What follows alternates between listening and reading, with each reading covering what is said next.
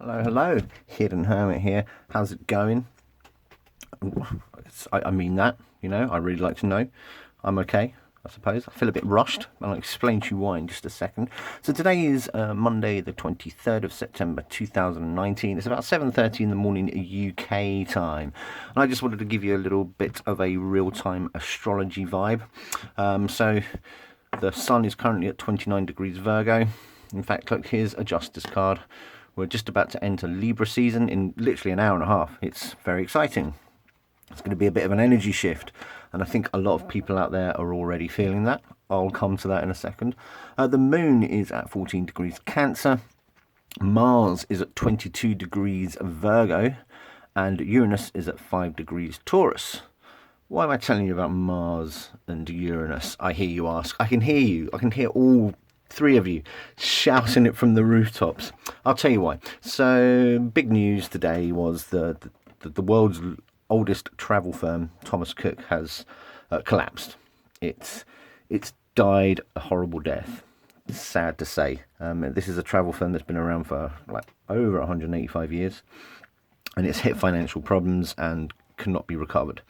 So last night I started looking at some of the astrology surrounding the company. That has had a long and up and down history, much like anything that goes on for that long or longer. And yeah, I mean, there was quite a few charts that I was looking at. So for example, this is the chart from June the 19th, 2007. This was the last time when subsidiaries came together to form the company as it is at the moment. There's some interesting stuff going on here, absolutely. And yeah, as I said, it's had a very long history. Like in 1972, it was privatized. In the 90s, I think it was, they were bought out by a German firm. It's gone through various stages of expansion throughout the years. There's a lot to look at, but this was one of my focuses.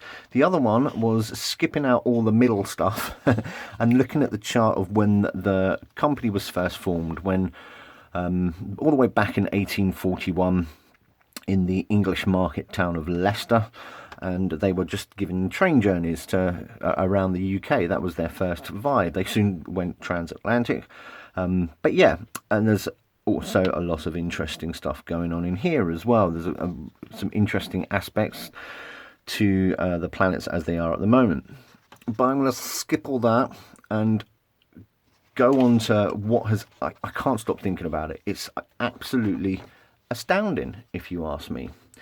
So this, I'm going to get rid of the Hermit. This Hermit is hidden enough. So this is the birth chart of a dude by the name of Thomas Cook. What an interesting coincidence, I hear you say. But he was indeed the fella responsible for starting this company with his son. Now, he was born on November the 22nd in 1808 in a place about 8 miles south of Derby. This is the nearest chart I could get. Now, there is no birth time recorded, or at least none that I could find on the Google. The Wikipedia also let me down, but it's not a surprise really. Apparently back in the olden days they didn't really have minutes and seconds. I don't know, that could be a lie. That could be a lie. But this is Mr. Thomas Cook's birth chart. Now, yeah, I don't have a birth time, so I set the chart at midday because that's what most astrologers do. And the first thing that actually really strikes me is the sun and the moon placements.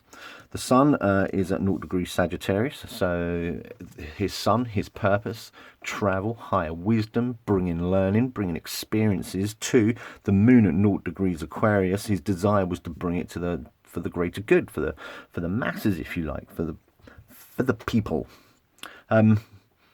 which is kind of amazing. I would be severely disappointed if I was ever to learn that he was born earlier than midday on November the 22nd, 1808. Anything after that time, brilliant. Yeah, that works. Look at that, astrology works. But that's absolutely fine. But the two aspects that are absolutely boggling my mind at the moment is his Mars and his Uranus. So his Mars is at 21 degrees Virgo, and his Uranus is at 6 degrees Scorpio. What does this mean? Why have I latched onto this?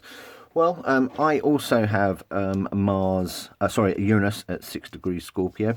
I think it's actually 5 degrees Scorpio. So I understand the whole concept of your Uranus opposition. It's called the midlife crisis aspect, if you like. So here's his Uranus here at 6 degrees Scorpio. It takes between 84 and 86 years for Uranus to go around the Sun. It's likely that you will receive your Uranus conjunct, but you will also get your oppositions. So when Uranus is exactly opposite in the sky as when you were born, usually happens between 42 and 44 years. It's a troubling struggle of an aspect. It has to be said. It's when things, you kind of experience an upheaval, whether that's from a sort of a ephemeral spiritual nature, or depending on where it is in your chart, it could be your environment. Now, Mr. Thomas Cook here.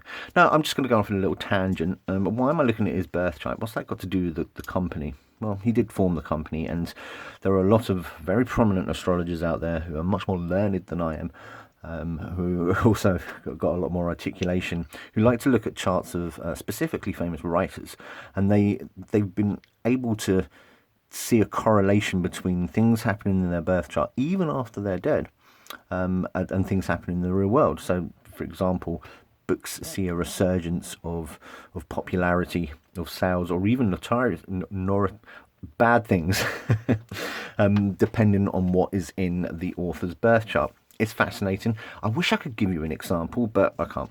I'm giving you this example. So, yes, back to Mr. Cook. His Uranus opposition is indeed going to be 6 degrees Taurus. Now, think about that. This is Taurus. This is, the Taurus energy likes things to be secure and stable, likes things to be nice and around them. And when Uranus rocks up in any chart, in the language of the tarot, who is the Fool, if you ask me. So the Fool rocks up and things just go a little bit awry, don't they? And Uranus is the awakener. Uranus rocks up and turns things on its head. So this is the thing that I find absolutely fascinating. What I've done is I've charted all the Uranus oppositions and conjuncts over the years, and I'll just give you a quick rundown. So in 1852, which would have been a mere 4 years after the company was formed, that would have been the first Uranus opposition.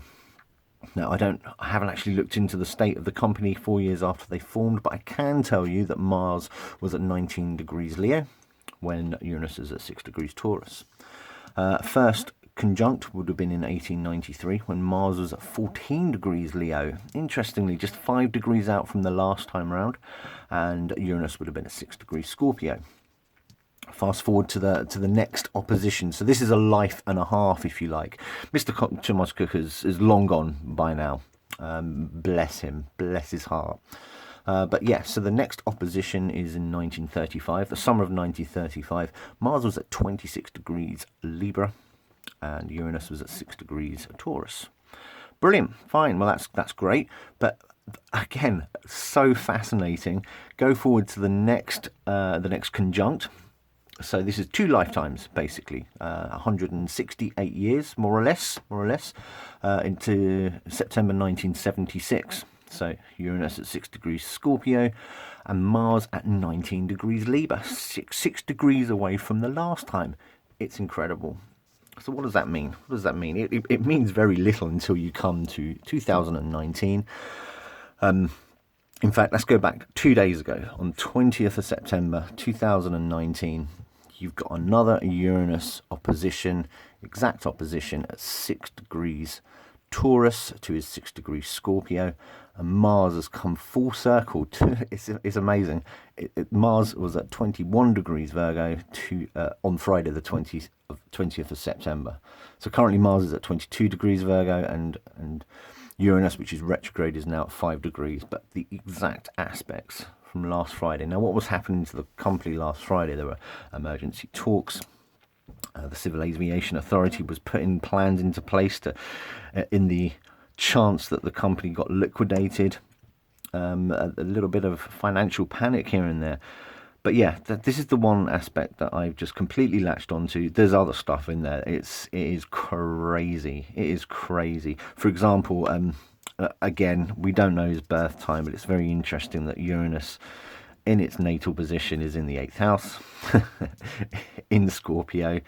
But that's just me clutching at straws a little bit. So, yeah, isn't that fascinating?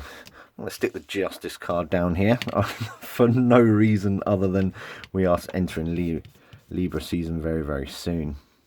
I wish I could study this all day. I wish I could look at all the patterns of what happened to the company over the years when it was doing well and when it wasn't. But that fascinating aspect is just completely blown my mind. I have to go to work. I have to go to my mundane muggle job. In literally 20 minutes. I still need to shower. It's crazy. But yeah, apparently I have to go to work because this is a big government emergency. I have no idea what that might be about. Oh no, there we go. I'm the Hidden Hermit. Thank you ever so much for watching. Have a lovely Libra season. Oh, and before I do, I'd just like to say my thoughts are with everybody who is stranded because of the company failing. You're not stranded. The Civil Aviation Authority has made huge plans to get everybody home in a timely manner.